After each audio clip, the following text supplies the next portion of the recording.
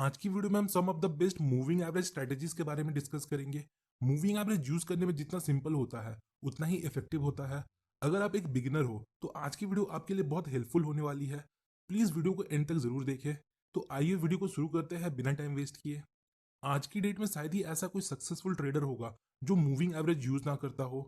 तो moving average को under ना करे। ये सिंपल होने के साथ साथ बहुत एक्यूरेट है। तो थोड़ा बेसिक समझते हैं पहले मूविंग एवरेज होता क्या है। मूविंग एवरेज एक लैगिंग इंडिकेटर है।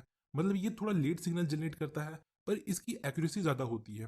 बेसिकली मूविंग एवरेज हमें dynamic support and resistance provide करता है। मीनिंग जैसे जैसे प्राइस मूव करता है ये प्राइस के अकॉर्डिंग हमें सपोर्ट एंड रेजिस्टेंस प्रोवाइड करता है, ना कि एक static support and resistance level की तरह जो कांस्टेंट रहता है। जब प्राइस या कैंडल मूविंग एवरेज के ऊपर होता है तब ये सपोर्ट का काम करता है, और जब प्राइस या कैंडल मूविंग एवरेज के नीचे होता है तब ये रेजिस्टेंस का काम करता है। तो आज की स्ट्रैटेजी के लिए हम 50 ईएमए का यूज करेंगे। इसके लिए आपको सिंपली अपने ट्रेडिंग प्लेटफॉर्म पर जाना है और इंडिकेटर्स में सर्च करना है एक्सपोनेंशियल मूविंग एवरेज और इसे सेलेक्ट करना है। देन आपको इसके सेटिंग्स में जाना है और लेंथ में आपको 50 पुट करना है। अब एक इंपॉर्टेंट बात समझिए, हमें कभी भी किसी इंडिकेटर के बेस पर कोई ट्रेड नहीं लेना। हम इंडिकेटर का यूज अपने प्राइस एक्शन एनालिसिस को कंफर्म करने के लिए करते हैं। अब समझिए मूविंग एवरेज हमें क्यों यूज करना चाहिए।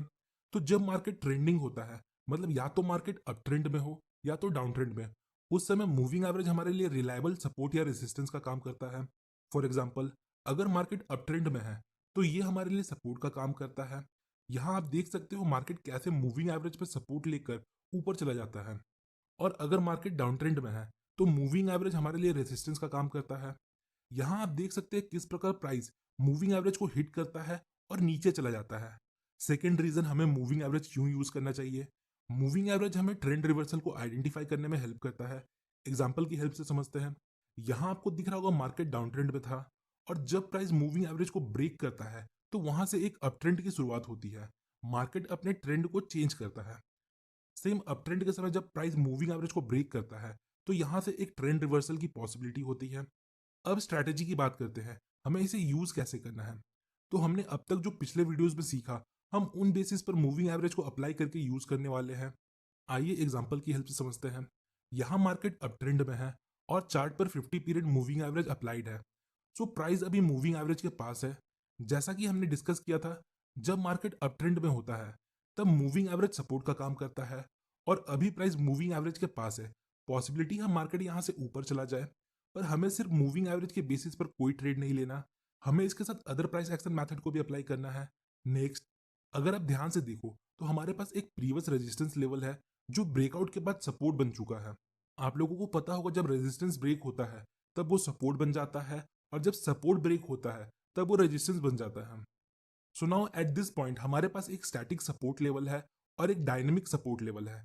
नाउ अब अगर आप ध्यान से देखो तो कैंडल्स की वीक हमें बताती है प्राइस इस लेवल को मल्टीपल टाइम ब्रेक करने में फेल हुए हैं, और साथ ही साथ हमारे पास यहाँ इनसाइड बार कैंडल स्टिक है। पर एक बात याद रखिएगा, जस्ट बिकॉज प्राइस इस लेवल के साथ रिएक्ट कर रहा है हमें इस बेसिस पर कोई ट्रेड नहीं लेना।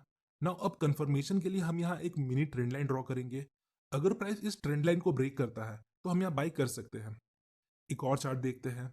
यहाँ आपको दिख रहा होगा मार्केट डाउन ट्रेंड में है और प्राइस अभी मूविंग एवरेज के पास है।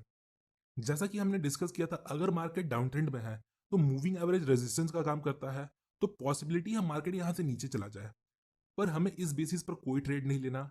नाउ अगर आप ध्यान से देखो तो आपको दिखेगा प्राइस अपने प्रीवियस सपोर्ट लेवल पर है जो ब्रेकआउट के बाद अब रेजिस्टेंस बन चुका है। नाउ अब हमारे पास एरिया ऑफ हाई कॉन्फ्लुएंस है। अब हमें कैंडल्स को देखना है। सो एट द सेम टाइम हमारे पास यहाँ एक बेरिश एंगल्फिंग पैटर्न है जिसमें सेकंड कैंडल एक रेड कैंडल होती है जो प्रीवियस ग्रीन कैंडल को पूरा इनगल्फ कर लेती है, मतलब पूरा कवर कर लेती है। सो नाउ अब हमारे पास इनफ कंफर्मेशन है ट्रेड के लिए, बट एक्यूरेसी को बढ़ाने के लिए हम यहाँ एक मिनी ट्रेंड लाइन ड्रॉ करेंगे कुछ इस प्रकार। अगर प्राइस इस मिनी ट्रेंड लाइन को ब्रेक कर देती है तो हम यहाँ शॉर्ट कर सकते हैं। एक और चार्ट देखते हैं। यहाँ भी मार्केट डाउन ट्रेंड में है और प्राइस अभी मूविंग एवरेज के पास है, and at the same time हमारे पास यहाँ एक सपोर्ट लेवल है। अब हमें कैंडल्स को देखना है। यहाँ आपको दिख रहा होगा कैंडल्स मल्टीपल टाइम इस लेवल को ब्रेक करने में फेल हुई है, और नेक्स्ट हमारे पास यहाँ एक बेरिश इंगल्फिंग पैटर्न है। नाउ बेटर कंफर्मेशन के लिए हम यहाँ एक मिनी ट्रेंड लाइन ड्रॉ करेंगे। अगर प्राइस इस ट्रेंड लाइन को ब्रेक करती है तो हम यहाँ शॉर्ट कर सकते हैं। एक डिफरेंट एग्जांपल देखते हैं। यहाँ आपको दिख रहा होगा मार्केट अप ट्रेंड में है और चार्ट पे हमारे पास 50 पीरियड मूविंग एवरेज अप्लाइड है। तो क्या हम एक ट्रेंड लाइन यहाँ ड्रॉ कर सकते हैं कुछ इस प्रकार। अब आप देख सकते हो मूविंग एवरेज और ट्रेंड लाइन प्राइस के साथ इक्वल रिएक्ट कर रहा है। नेक्स्ट, अभी प्राइस ट्रेंड लाइन के पास है। अब यहाँ दो पॉसिबिलिटी है, या तो प्राइस यहाँ से ऊपर चला जाए या ट्रेंड लाइन को ब्रेक करके नीचे चला जाए। नेक्स्ट, यहाँ आपको दिख रहा होगा एक big red candle trend line और मूविंग एवरेज को अच्छे खासे मूवमेंट के साथ ब्रेक करती है। बट इसका मतलब ये नहीं प्राइस यहाँ से नीचे चला जाए। अगर आप ध्यान से देखो तो यहाँ हमारे पास एक सपोर्ट लेवल है और अभी प्राइस इस सपोर्ट लेवल के पास है।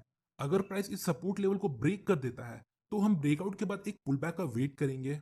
नेक्स्ट, यहाँ आपको दिख रहा होगा प्राइस इस सपोर्ट लेवल को ब्रेक करने के बाद एक पुल बैक लेता है और ये pull back previous support level पर एंड होता है जो अब रेजिस्टेंस का काम कर रही है।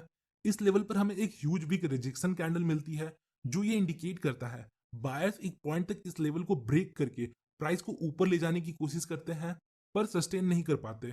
फिर सेलर्स की एंट्री होती है जो प्राइस को वापस इस लेवल के नीचे लेकर आते हैं जो एक सेलिंग प्रेशर इंडिकेट करता है इस लेवल पर। सो अगर नेक्स्ट कैंडल एक रेड कैंडल है और वो इस रिजेक्शन कैंडल के लो को ब्रेक कर दे तो हम यहाँ शॉर्ट कर सकते हैं। तो ये कुछ तरीके थे जिसके हेल्प से आप मूविंग एवरेज को यूज कर सकते हो। और भी बहुत से तरीके हैं पर आज के लिए इतना ही। होपफुली गाइस आपको इस वीडियो से कुछ सीखने को मिला होगा। अगर आपको हमारी वीडियो इन्फॉर्मेटिव लगी तो वीडियो को लाइक और चैनल को सब्सक्राइब जरूर करें। मिलते हैं नेक्स्ट वीडियो में, तब तक के लिए best of luck for your stock journey.